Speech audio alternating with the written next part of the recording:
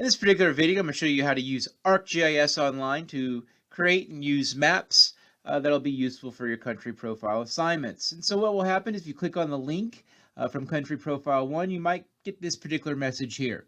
That's OK. So go ahead and click on OK. And then what you'll do is you'll go up to the right-hand corner, click on Sign In. And then you'll have options here, ArcGIS Login or Enterprise Login. Click on Enterprise Login and then type in IU. And that stands for Indiana University. Click Continue. Then click Indiana University, click the button. Then from here, what you'll do is you'll put in your login ID like you normally would for all things IUPUI related. Now to use this map, go ahead and click on the search bar and type in your country's name. In my case, I'm doing Mongolia. And what will happen is it'll then zoom into the country of that we searched for. In this case, the country of choice is Mongolia. And so I can already look at Mongolia and start to see kind of some characteristics of it in terms of its ruggedness. But let's just take a look at the details over here because this is the contents. This is our legend. And what we'll do here is we can use these different layers to essentially find different data. So this case, if I click on this box right here, it now shows the mean January land temperature. And if I go ahead and I click on this 3 dots, you see more options. And then here we can do other things. So we can change, we can zoom to, we can move it around. So there's some customization stuff that we can do. For the purposes of this first part of the assignment, the really only ones that we really need to work with is what has already been given, which should be already shown, and that's the lines of longitude and latitude, the grid, but also the world georeference lines. So go ahead and click on the world georeference lines.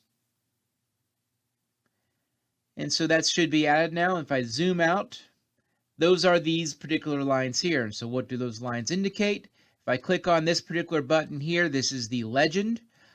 So we have our different lines.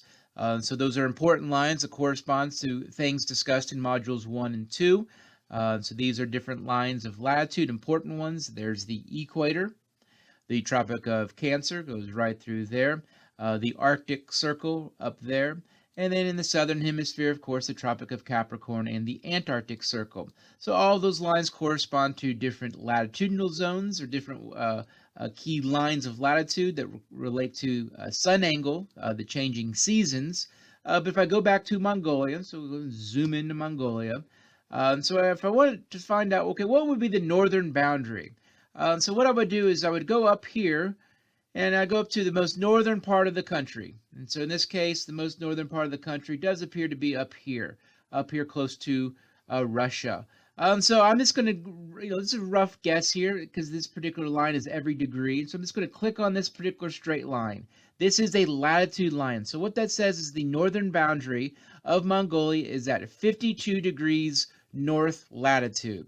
And so that's important. So I'll note that in my table that my northern boundary for my country is 52 degrees north.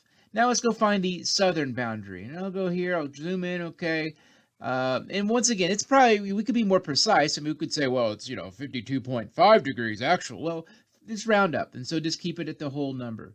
So in this case here, this line, 42 degrees north. And so the latitudinal range of Mongolia from its southern boundary to its northern boundary goes from 42 degrees north to 52 degrees north. Notice I'm not messing around with east-west. East-west, longitude, these lines going up and down, they don't matter. They have really no relevance to physical geography. Now I'll do another example. In this case, let's do Japan. So I'll go ahead and I'll type in Japan, although I'm a professional geographer and know exactly where Japan is. So Japan is shown here. Now, in reality, Japan's actually much longer. It claims these islands that go very close to Taiwan. But we're just going to kind of focus in the 4 main islands of Japan in this case. So in this first question, it says related to these key lines of latitude. And so in the case of Japan, we're not overlapping the Tropic of Cancer, and we're not overlapping with the Arctic Circle. We're somewhere in the middle. And so this is very much like Mongolia. It's going to be subtropical or in the case of Mongolia and most of Japan, it's going to be called the mid-latitude zone. So if I go ahead and I zoom into Japan, if I zoom in, how do I know that? And if I go ahead and I'll zoom in, try to find, this looks like a good line. And so I'll try to, what is that line of latitude? 31 degrees north. So 31 degrees north is the southern boundary of the main parts of Japan. What's the northern boundary of the main part of Japan? So I zoom into the northern boundary here.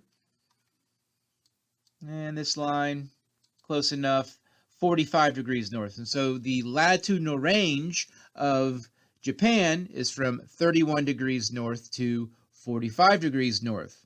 And so what I would do is I would take that information and I would go to the online lectures and I say, okay, well, in the latitudinal zone section, certain areas, certain degrees are noted for different zones. And I would say, well, where does that match up in the case of Japan? Is Japan completely in one of those latitudinal zones, or does it overlap into a couple based on those latitudinal boundaries that are described in the readings?